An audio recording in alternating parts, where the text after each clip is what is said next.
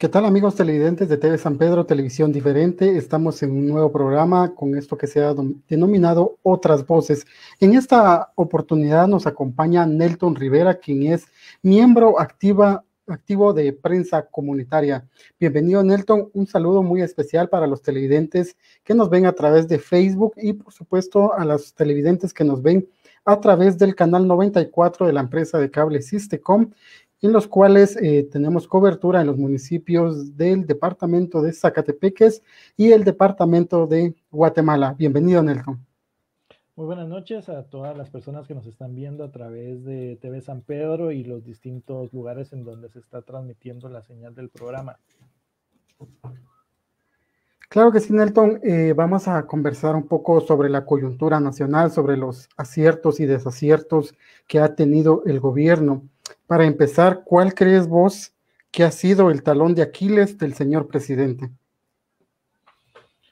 Bueno, mira, creo que el mayor problema del gobierno de Alejandro Yamatei es cómo conformó el partido político de Vamos desde el 2015 para participar en las elecciones generales desde el 2019 para participar en las elecciones generales de ese año. Después de haber ganado las elecciones, es un gobierno que se conformó con empresarios que provienen de las cámaras empresariales del CACIF en varios ministerios. Por ejemplo, Antonio Maluf fue expresidente del CACIF y ahora es ministro de Economía. O sea, es un ministerio estratégico para el sector empresarial. Y así se pueden ir ubicando distintos ministros o viceministros muy vinculados al sector empresarial. Y hay otro grupo que recicló este gobierno con exfuncionarios de los gobiernos pasados. Estamos hablando del gobierno de Jimmy Morales, un gobierno nefasto, el gobierno transitorio con la renuncia de Otto Pérez Molina, el gobierno del Partido Patriota, que ya sabemos que son funcionarios que están vinculados a las redes y estructuras de corrupción y pues ya conocemos todos en Guatemala el daño gravísimo que la corrupción y la impunidad provocan al país. Y bueno, hay otro grupo que está muy vinculado a los militares, altos mandos del ejército, a DEMILGUA, que es la Asociación de Veteranos Militares, que también tiene participación en este gobierno, especialmente en ministerios importantes como el Ministerio de Gobernación. Entonces, creo que esa es como una de las, esa, eh, estos grupos relacionados unos con otros en este gobierno creo que es una debilidad grande. Y lo otro es que conocemos que este presidente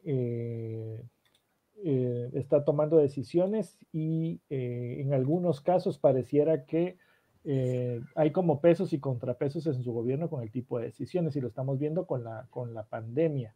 En algunos momentos pareciera que tiene como luces con buenas decisiones que toma y a las 24 horas o al día siguiente las revierte. Entonces creo que ahí eso creo que responde a la capacidad que tiene de permitirse a él tener más elementos de análisis e influencia. Creo que los aciertos en la pandemia que él ha logrado tener ha sido porque ha pesado mucho el peso de los médicos que están ahorita definiendo muchísimas cosas en esa mesa técnica donde hay muchos médicos de distintos sectores. Pero lo que hemos visto también en los retrocesos en esas decisiones ha sido la insistencia del sector empresarial por volver todo a la normalidad a pesar de lo difícil del virus en este momento en Guatemala. Y, por ejemplo, uno de los desaciertos de este gobierno bastante preocupante fue iniciar los primeros días y hasta hoy haciendo uso de los estados de sitio, los toques de queda, el seguir gobernando con mano dura, que es la réplica de los gobiernos pasados, que pues obviamente no nos han llevado a nada. Y creo que eso ha sido también algo bastante importante para analizar y es la tendencia de este gobierno a utilizar medidas antidemocráticas para gobernar. Nelton mencionaba sobre las medidas que el señor presidente ha tomado y que de un día para otro las revierte. ¿Crees vos que esas medidas han sido sacadas bajo la manga, como se dice popularmente, que se está improvisando con respecto a las medidas? Mira, este gobierno tuvo un acierto importante y fue que empezó de manera temprana a tomar acciones para prevenir y contener la llegada de la pandemia. Desde que se decretó el estado de calamidad, el cierre de los aeropuertos, por ejemplo, y algunas otras medidas que Yamatei tomó de manera temprana, creo que son importantes de rescatar. Eh, hay una mesa técnica donde hay una diversidad de médicos y epidemiólogos que están como constantemente planteando cuáles deben de ser las medidas que se deben de seguir tomando, especialmente cada vez que se hace el anuncio de nuevas disposiciones presidenciales. Y ellos también, esta asociación de médicos ha estado publicando los documentos de consenso, le llaman ellos, que se le entregan a la presidencia y me imagino que al ministro de Salud, Hugo Monroy, y a otros y a otros funcionarios que tienen que ver con esta emergencia. Creo que eso es importante, importante evaluarlo. Hubo un cambio de actitud en ese sentido cuando el presidente presentó a un equipo de especialistas médicos, más o menos como 4 o 5, que iban a estar asesorando en este tema. Creo que ese es algo importante para tomarlo en cuenta. Y lo, lo que llama la atención es cuando pareciera que da buenas luces con algunas medidas, pero luego vemos las líneas que han recibido los directores de los hospitales a nivel regional, nacional, o los directores de los CAP, de prohibición de dar información, especialmente a los medios de comunicación locales o regionales o nacionales. Esa disposición de no dar información, de ocultar datos, es bastante preocupante, porque en la medida que la población tenga información, en esa medida la población va a poder tomar decisiones. Y todas las personas necesitamos de informarnos y de tener información para tener más elementos de análisis y mejorar nuestros criterios. Entonces, por un lado, el presidente pareciera que no nos quiere dar toda la información de lo que está ocurriendo en el país, y por otro lado da mensajes entre líneas de, bueno, sí, vamos, ya estamos pensando en protocolos para reabrir la economía, en protocolos para volver a la normalidad, cuando pareciera que estamos entrando a uno de los puntos mucho más complicados de la enfermedad en estos momentos. Y bueno, evidentemente pareciera que hay un interés muy explícito en proteger la actividad comercial, pero no de todos los guatemaltecos, sino de un grupo minoritario en el país, que al final sabemos que son quienes integran las cámaras empresariales del CACIF, y que responden a otro grupo más reducido, que son pues las familias adineradas o de la oligarquía guatemalteca, que son pareciera quienes siguen siendo dueños del país, y que por lo tanto este presidente está como un estira y encoge, y esas medidas que desconciertan, y las medidas que uno no le logra tomar sentido, por ejemplo, como los toques de queda. Si la mayor actividad, especialmente la actividad laboral, se desarrolla de 8 de la mañana a las 5 de la tarde, que son como los horarios establecidos por el Código de Trabajo, y son como los horarios en que más hacen que la gente se movilice para ir y regresar a los trabajos, y los toques de queda se ponen de manera nocturna. Entonces pareciera que cómo podemos contener que un virus se siga trasladando en mayor cantidad entre las personas, si el sector empresarial no colabora con detener las actividades en las empresas, especialmente las empresas como los call centers, las maquilas, y otras empresas como las mineras, donde hay una presencia bastante grande de trabajadores, hombres y mujeres, y no se les, y si esas actividades siguen y se sigue haciendo que los trabajadores sigan llegando, entonces pareciera que cómo podemos garantizar la salud y la protección de las personas si eso va como en línea contraria a lo que la Organización Mundial de la Salud y muchas personas en el país han estado diciendo que es lo que hay que evitar. Entonces creo que respondiendo a tu pregunta, son como pareciera que hay reacciones que no logramos como lograr identificar dónde se están tomando esas decisiones, pero sí hay reacciones que se están tomando muy a la ligera, que no se están analizando ni se está midiendo el impacto que tiene. Y por ejemplo, el cierre total de país del que acabamos de salir en esta semana, el, el, las disposiciones presidenciales dicen que se debe de proteger el mercado de producción de alimentos y que eso implica el transporte de los alimentos a sus destinos finales y eso implica garantizar el suministro y abastecimiento de los mercados locales, de los grandes mercados, de las terminales de alimentos en todo el país. Y cuando se cierran las carreteras y se le prohíben a los productores de hortalizas y de otros productos artesanales llevar sus productos, genera pues lo que vimos, el levantamiento de los pueblos en Totonicapán, en Quiché, en Chimaltenango, en Sololá, porque se les afecta de forma directa a la economía y se pierden miles de alimentos que tenían un destino.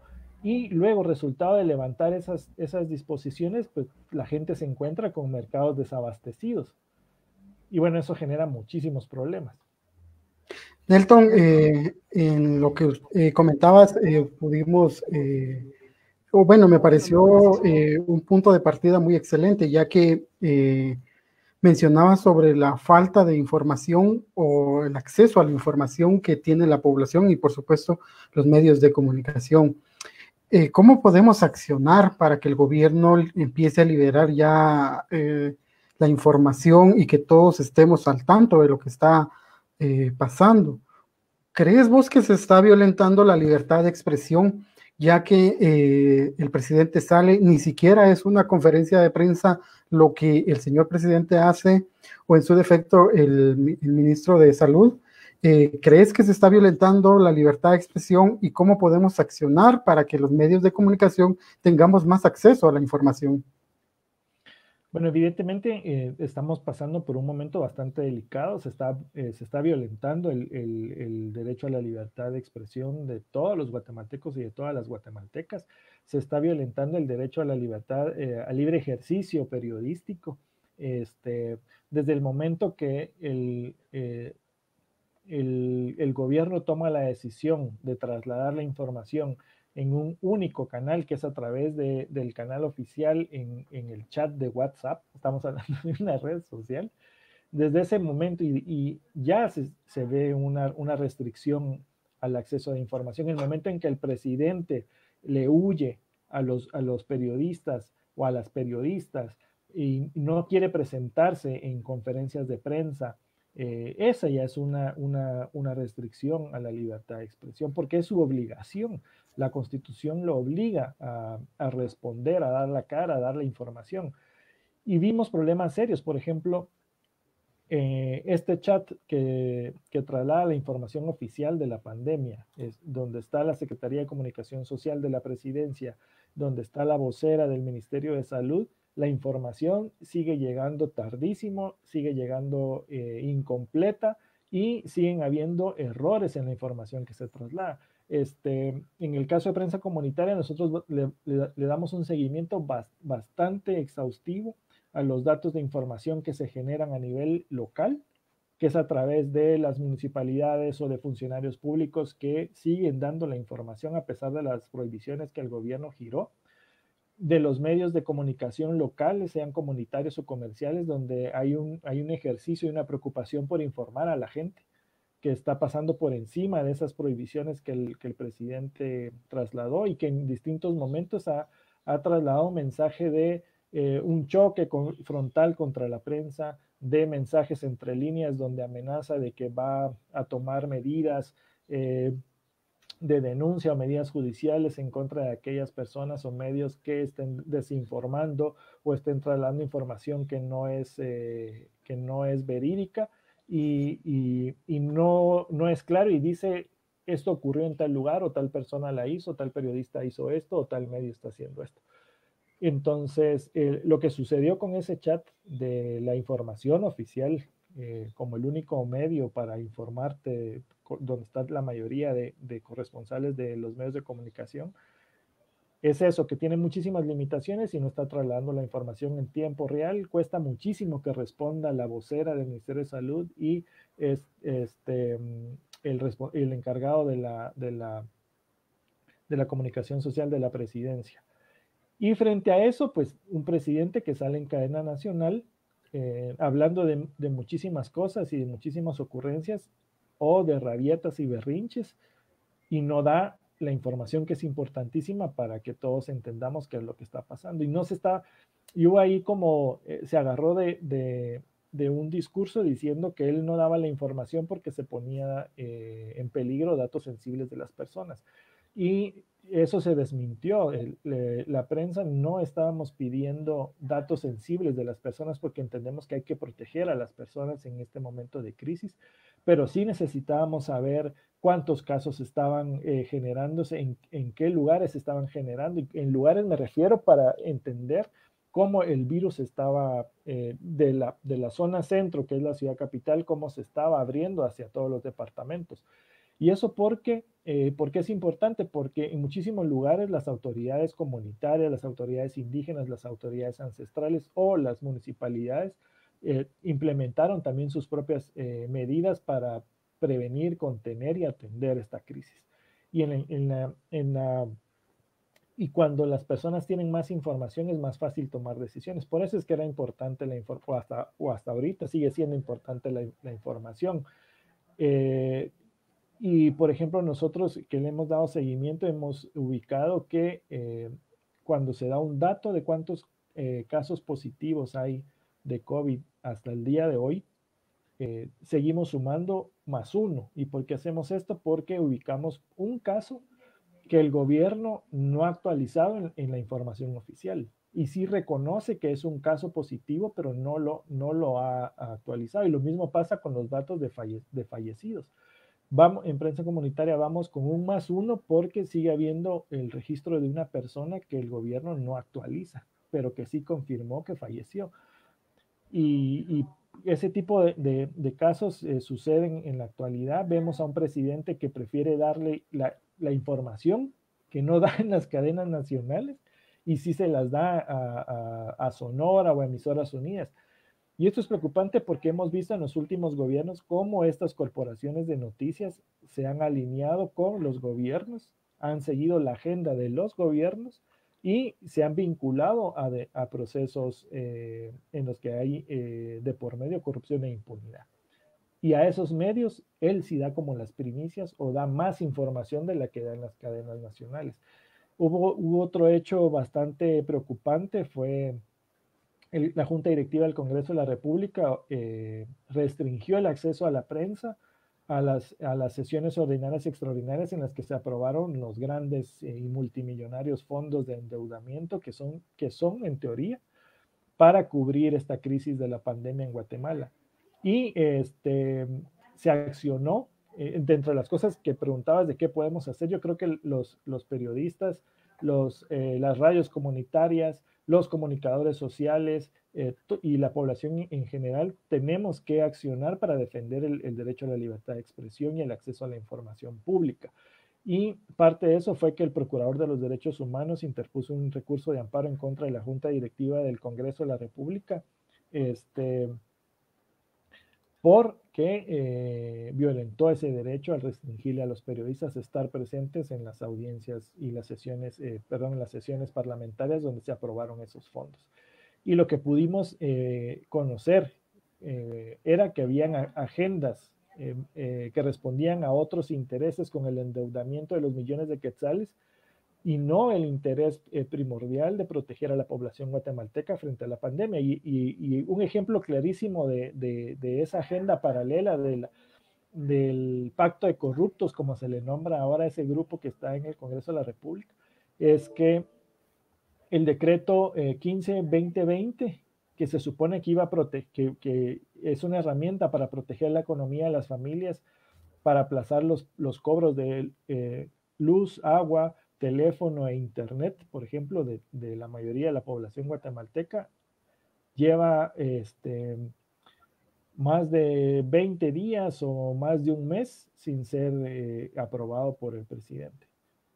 ¿Qué significa eso? Que se están protegiendo los intereses de las grandes empresas y no en la economía de la población guatemalteca. Y la Corte de Constitucionalidad ya resolvió en amparo provisional el recurso que puso la PDH, dándole la razón en el sentido que la Junta Directiva del Congreso de la República violó la libertad de expresión, y eso implica que cometió una serie de delitos.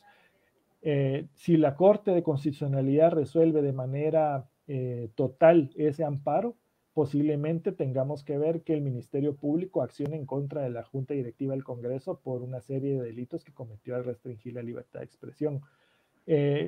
Prensa comunitaria, junto con la Comisión Internacional de Juristas que dirige Ramón Cadena en Guatemala, y otros medios de comunicación, sumamos un documento que se llama Amigo de la Corte, para darle más argumentos a los magistrados de la Corte de Constitucionalidad de la importancia de por qué respaldar el amparo del Procurador de los Derechos Humanos contra la Junta Directiva por la restricción de la libertad de expresión. Entonces creo que son muchísimas acciones. Hubo otro hecho importante y fue el alcalde municipal, de manera conjunta con el COE de allá de Nevaj Quiché, decide que para quitarse la presión de los periodistas locales, saca un acuerdo municipal diciendo de que está restringida la información a los medios locales, y afirma que queda prohibido que nadie les dé información, que el señor alcalde es el único con la potestad de dar la información, y argumenta que la prensa obstaculiza la labor de las autoridades de salud y de seguridad para controlar los toques de queda, que hay periodistas que están dando información que no es correcta, etc. Y lo que iba detrás de todo esto es que con eso buscaba limitar el ejercicio periodístico en su municipio. Se hicieron denuncias, los medios locales se articularon para poner un recurso de oposición para que se anulara ese acuerdo municipal. Hubo presión y observación de la Oficina del Alto Comisionado para los Derechos Humanos en Guatemala de Naciones Unidas. La Procuraduría de los Derechos Humanos también accionó. Las autoridades de la alcaldía indígena Ixil también emitieron un comunicado y también externaron su condena y su rechazo. Y el resultado de esto fue que a los pocos días el alcalde municipal tuvo que dar marcha atrás con la imposición de ese acuerdo municipal y lo derogó.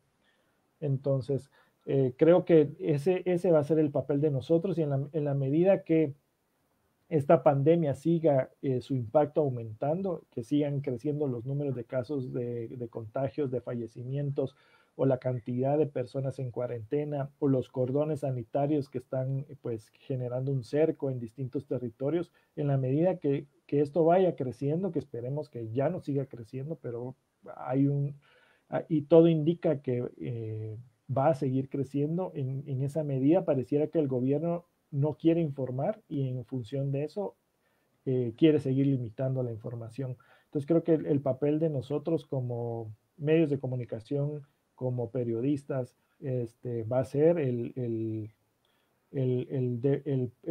garantizar que la gente se siga informando y defender los derechos que tenemos todos en este país.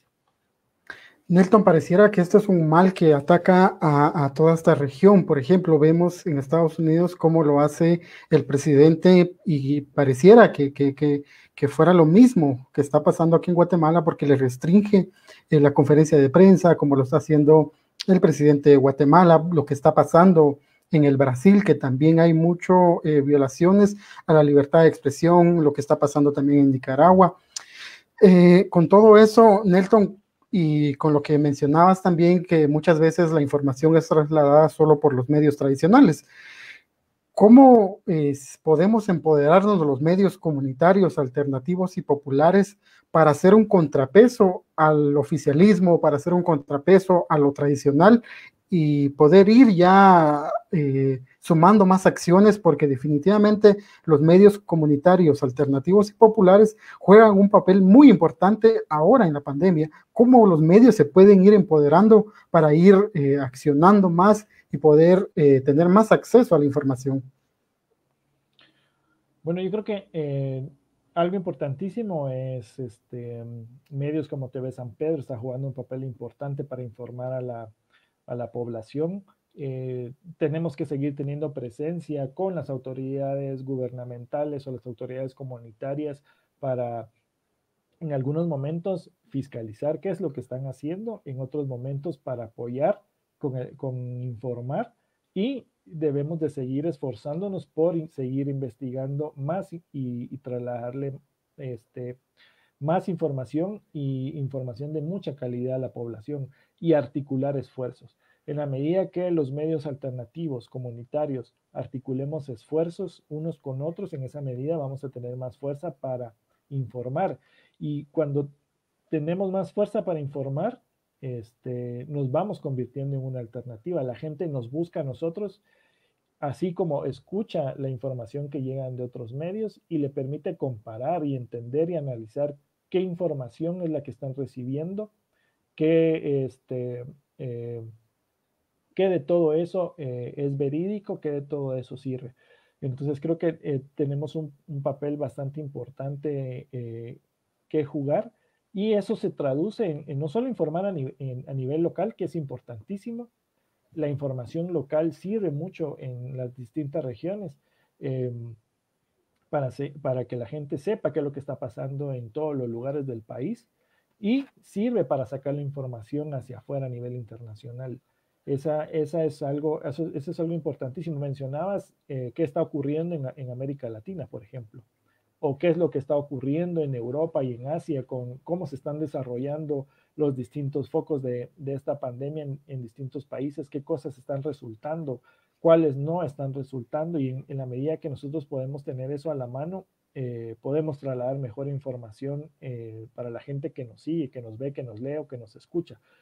Y en ese sentido, pareciera que los gobiernos en América Latina, indistintamente de si son de izquierda o de derecha, lamentablemente los de izquierda también están cometiendo los mismos errores que los gobiernos de derecha, y ahí vemos casos bastante preocupantes de censura, de restricción de información, como lo que ocurre en Perú, en Bolivia, en Brasil, en Colombia, en países donde los regímenes tienden a ser bastante represivos y dictatoriales.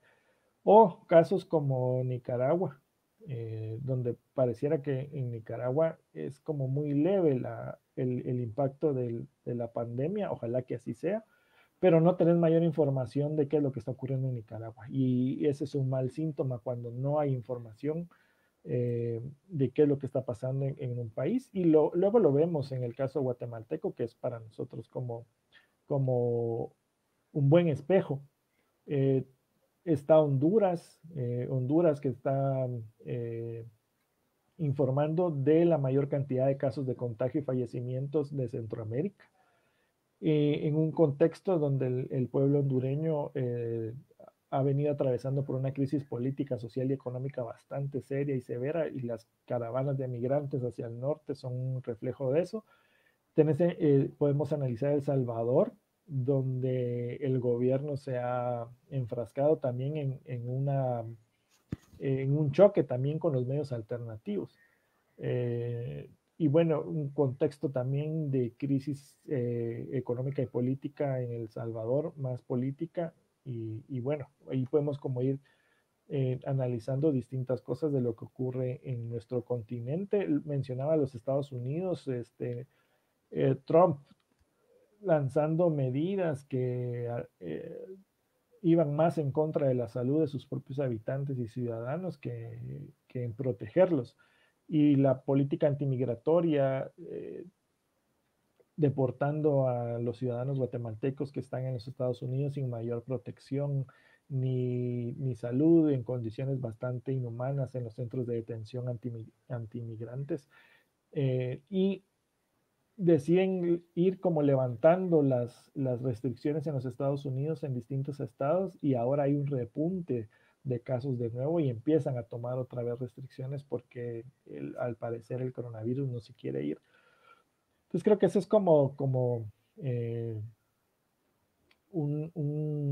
más o menos como un acercamiento a lo que está ocurriendo en otros países, y más o menos como nosotros también con los medios de comunicación alternativos podemos ir haciéndole frente a esta crisis de la pandemia. Y algo importante es cómo también no descuidamos eh, las temáticas que normalmente definimos como coberturas propias, ¿verdad? Los problemas sociales estructurales, el medio ambiente, eh, eh, la corrupción, etcétera. O sea, esa agenda que nuestros medios definieron como importantes para el día a día, cómo no la descuidamos frente a algo que está acaparando muchísimo de la atención en este momento. Claro que definitivamente la información es muy valiosa en estos momentos, ya que hay países que no han implementado la cuarentena, el toque de queda, y les ha funcionado. ¿Por qué les ha funcionado? Por ejemplo, ¿por qué Italia, España fueron muy afectados? Yo creo que es momento de que los medios empecemos a trasladar toda esa información para que nuestras quienes nos ven o que nos lean, o a nuestra misma población, para que estén informados. Pero también hay como que está la otra parte, está la desinformación que está circulando en redes sociales, y creo que en redes sociales es donde ha tenido más apogeo. ¿Crees vos que la desinformación tiene algo que ver con cuestiones políticas y hasta cuestiones geopolíticas? Sí, estamos en un contexto donde las redes sociales multiplican muchísimo la información. O sea, estamos recibiendo información de muchísimas formas. Eh, Televisión, radio, redes sociales, distintas redes sociales, se genera la información de manera muy rápida. Y eso lo que implica es una situación bastante importante en el sentido de cuánta información estamos recibiendo y cuánta de esa información se puede confirmar que no sea desinformación. Y sí, la información y la desinformación y la contrainformación juegan un papel importante, y tiene que ver mucho con la geopolítica, tiene que ver mucho con este, eh, los intereses de los grupos de poder en los países o a nivel global. Y lo veíamos. Un ejemplo claro fue lo que ocurrió cuando se desarrolló el COVID-19 en China. Muchas de las grandes cadenas corporativas de medios internacionales inundaron las redes pareciera que en una urgencia por cubrir lo que estaba pasando con la pandemia en China, pero al mismo tiempo con un interés bastante grande por desgastar el modelo económico, político y cultural de ese gigantesco país. Y saliendo China de este caso, se puede trasladar lo mismo que ocurre a distintas latitudes. Entonces creo que sí hay que poner muchísima atención con eso. Y luego algo importante que tenemos que analizar también es cómo la información construye pensamiento, cómo la información nos permite tener un análisis mucho más claro y objetivo. Hemos visto en el caso guatemalteco, pero también en otros países, que si no informamos y vemos cómo hay como una, un manejo mejor y una alianza entre la información que es científica o los datos duros, y se trasladan a un lenguaje comunicacional que la gente lo pueda comprender y entender. En esa medida podemos ver que cualquier información que circule nos pueda generar confusión o nos desinforme en vez de informarnos. Y creo que esa es como una apuesta importante por toda la información que recibamos, buscar una o dos fuentes para contrastar que sí es verídico lo que se está diciendo, o si no encontramos fuentes, ver qué es lo que está pasando y posiblemente veamos de que de donde salió la información, pues no era un mecanismo o un canal informativo, sino que salió de un lugar que se creó para generar estas noticias falsas y desinformar. Eh, Creo que eso es importante tomar en cuenta, especialmente porque la reacción social la hemos ido viendo. Eh, si un mensaje se traslada de forma equivocada, suceden cosas como que todo mundo sale en desbandada, y lo vimos al inicio de los casos de COVID en Guatemala, que todo el mundo, o bueno, no todo el mundo, sino un buen grupo de personas salieron en desbandada a los supermercados a comprar rollos de papel. Eh, pero ese tipo de respuesta social, eh, pues tiene que ver mucho con los mensajes que la gente está recibiendo. Y creo que sí es importante también cómo los medios de comunicación somos responsables con el traslado de la información, que podamos medir qué puede provocar la información que estamos dando, aunque sea dura de trasladarla, pero también tenemos que ser muy responsables con la forma en que trasladamos la información. Por ejemplo, lo vimos, eh, las reacciones que hay, por ejemplo, con los migrantes deportados, en algunos casos han sido reacciones muy violentas hacia los migrantes cuando eh, han estado pasando por momentos muy difíciles, desde la, la situación de estar en un país que te persigue, que en cualquier momento una redada te pueden detener, que te encarcelaron en esos sitios horribles del ICE en los Estados Unidos, luego te deportan, luego tienes que estar en una cuarentena, que no te dan información de si estás como positivo o no sos positivo, en condiciones inhumanas porque no hay agua en los albergues, porque la comida no llega a tiempo, porque estás lejos de tu familia, etcétera. Y principalmente porque las remesas de los migrantes son uno de los ingresos económicos que sostienen la economía del país. Este, entonces, ese tipo de reacciones con el manejo de la información, creo que los medios de comunicación debemos de ser bastante responsables de cómo eh, trasladamos también la información. Nelton, definitivamente en las redes sociales y en los medios de comunicación hay mucha información.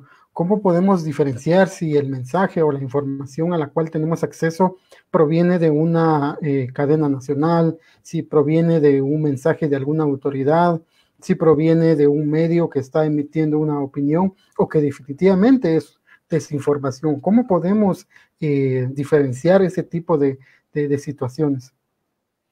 Bueno, la mejor forma es buscar una o dos fuentes. Si tenemos fuentes medianamente confiables o confiables y ahí se dice y coincide con lo que estamos viendo, pues ya sabemos de que va bien, por ahí va bien la información. Y eso es contrastar las distintas fuentes. Obviamente sabemos que entre lo que se da en la cadena nacional ya hay como una línea de qué se informa en la cadena nacional, y tenemos que ir a buscar más información para complementar la información. Podemos acudir a las páginas oficiales de las municipalidades, por ejemplo, donde han estado colgando información que también es valiosa. Podemos buscar los perfiles de los funcionarios públicos para ver qué es lo que están contando. Podemos buscar distintas páginas de los medios alternativos, los medios alternativos están haciendo un esfuerzo bastante grande por generar un balance bastante fuerte en función de informar. Y sí es importante que podamos ver qué están contando en los otros medios, porque de alguna manera nos pueden acercar a los temas pero que no nos quedemos solamente con eso, sino que también salgamos a buscar más información. Y voy a poner un ejemplo. En Twitter hay una cuenta que se llama El Hombre Noticia, que sabemos que es la cuenta de Arnulfo, que es uno de los de Radio Sonora. Esta cuenta se caracteriza por el sensacionalismo y amarillismo del manejo de la información. Tira la información de cualquier manera. Y no hay un manejo responsable de la información y muchas veces, en muchos casos, se desinforma.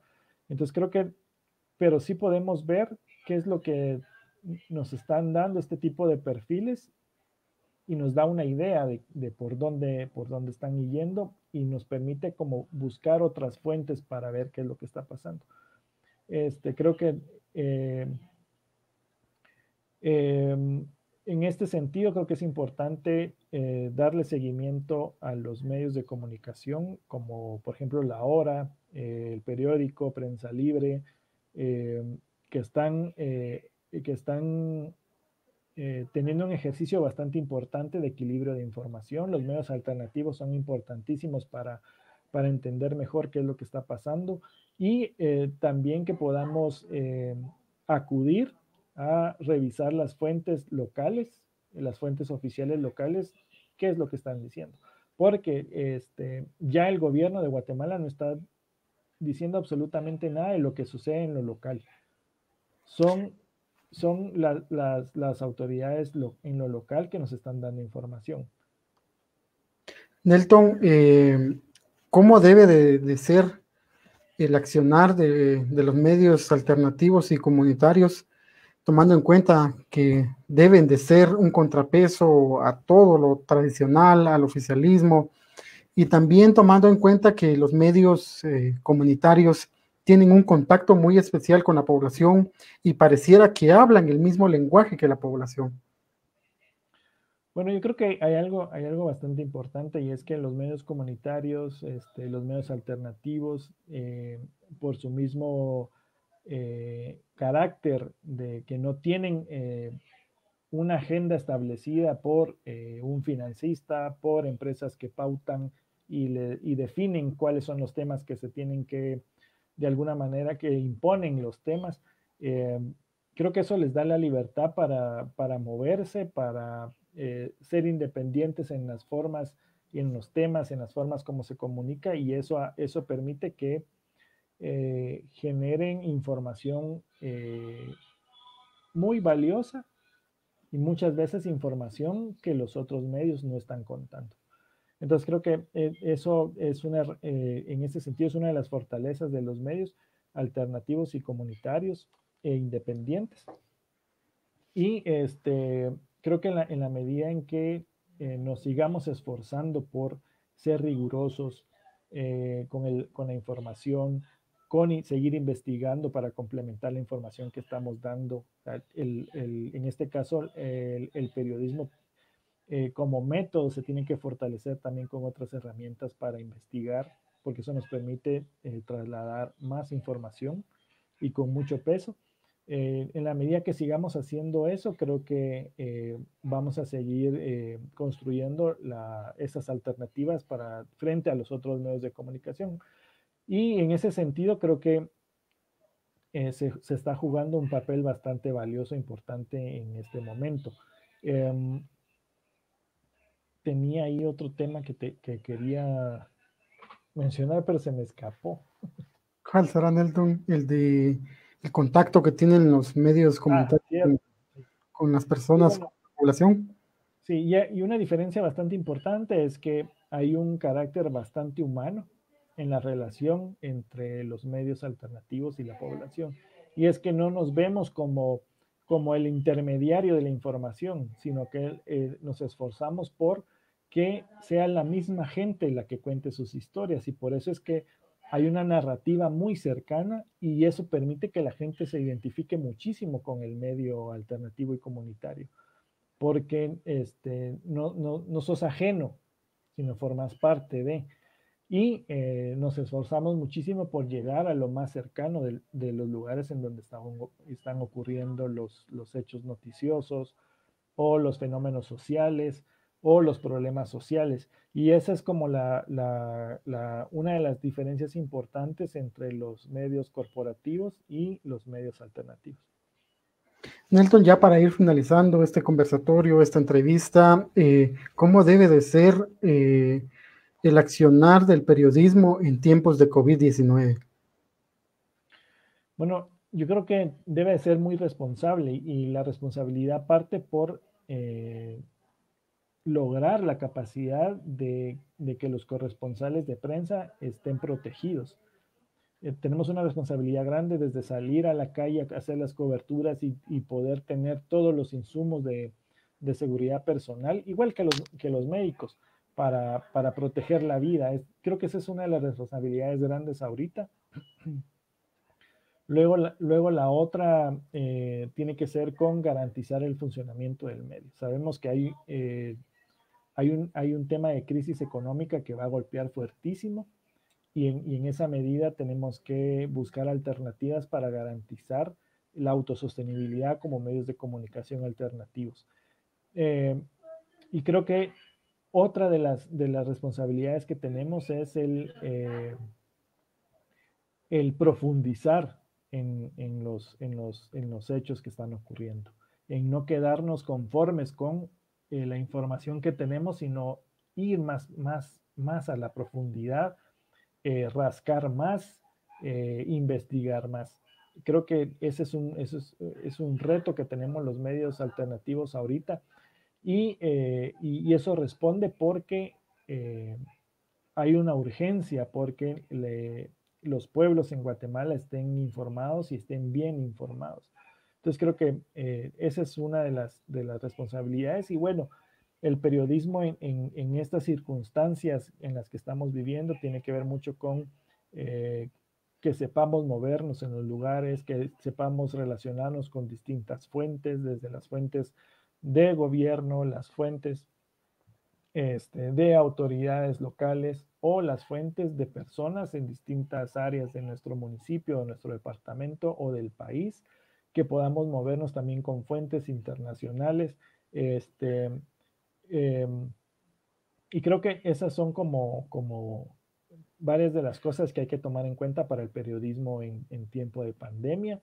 Una de las premisas de las que hay que partir es que con el tema del COVID-19 no hay antecedentes de qué hacer en este tipo de situaciones, sino que las vamos construyendo, aprendiendo. Y creo que eso es importante. Y pareciera que el hacer periodismo en este tipo de crisis es muy parecida a hacer periodismo en tiempos de guerra. Entonces creo que hay como patrones que se acercan muchísimo porque incluso tenemos que cuidar la información que manejamos, tenemos que proteger la información de nuestras fuentes y en prensa comunitaria lo estamos viendo ahorita muy fuerte. Estamos sacando la información desde adentro de los hospitales porque los médicos, los especialistas, los trabajadores, los sindicalistas están confiando y necesitan denunciar qué es lo que está ocurriendo adentro, pero obviamente tenés que proteger su identidad porque sabemos que pueden haber represalias desde la destitución y otras cosas. Entonces creo que eso tiene que ver mucho con lo que te decía de qué tipo de periodismo estamos haciendo, que se convierte en un periodismo de riesgo, también riesgo por la salud, por no contagiarte, riesgo porque hay un golpe económico también para los medios alternativos en estos momentos y miedo, y riesgo porque en la medida que estás sacando información que denuncia, que ponen mal a quien intenta ocultar la información, porque estás rompiendo el cerco mediático, en algún momento se puede traducir en algún tipo de sanción, en algún tipo de proceso penal, como hemos visto en otros casos, o en algún tipo de agresiones o intimidaciones o amenazas. Y ya hemos registrado en lo que van de estos 2 meses agresiones, intimidaciones, amenazas a periodistas por el ejercicio de informar con lo que está pasando con la pandemia. Entonces, creo que son como las cosas que hay que tomar en cuenta de qué significa hacer periodismo en este tipo de crisis. Y luego lo otro que hemos ido dando saltos bastante importantes cualitativos es en el manejo de las redes sociales, en el manejo de distintos formatos de información para que la gente tenga muchísimo más accesible la información. Y creo que esa es otra de las cosas que hay que darles muchísima importancia en este ejercicio de periodismo que estamos haciendo en medio de la pandemia. Excelente intervención de Nelton Rivera, quien es miembro activo de Prensa Comunitaria. Esta noche, en Otras Voces, tuvimos a Nelton Rivera, que nos dio grandes aportes, y pues hemos llegado ya a la recta final de esta entrevista, de este conversatorio, y pues decirles que nos sentimos muy orgullosos y muy felices de pertenecer también a Prensa Comunitaria.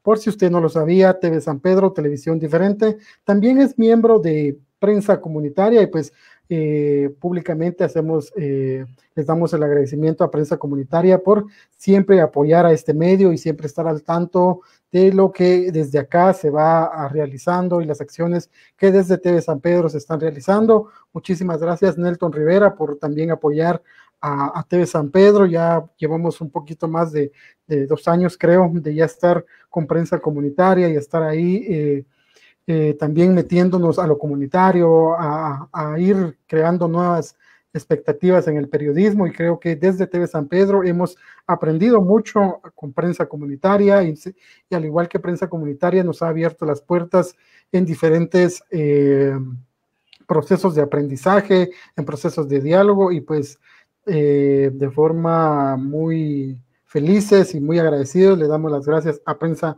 Comunitaria. Nelton, ya para finalizar, ¿qué mensaje le das a la población de San Pedro Zacatepeques, a toda esta región que siempre está pendiente tanto de Prensa Comunitaria como de TV San Pedro? ¿Qué mensaje nos darías ya para finalizar esta entrevista? Bueno, yo creo que hay algo importantísimo y es que tenemos que cuidarnos, y eso parte por, en estos momentos de esta crisis de salud en medio de la pandemia, tenemos que cuidarnos mucho, cuidar a nuestros seres queridos, a los más cercanos, pero ser muy solidarios y vernos como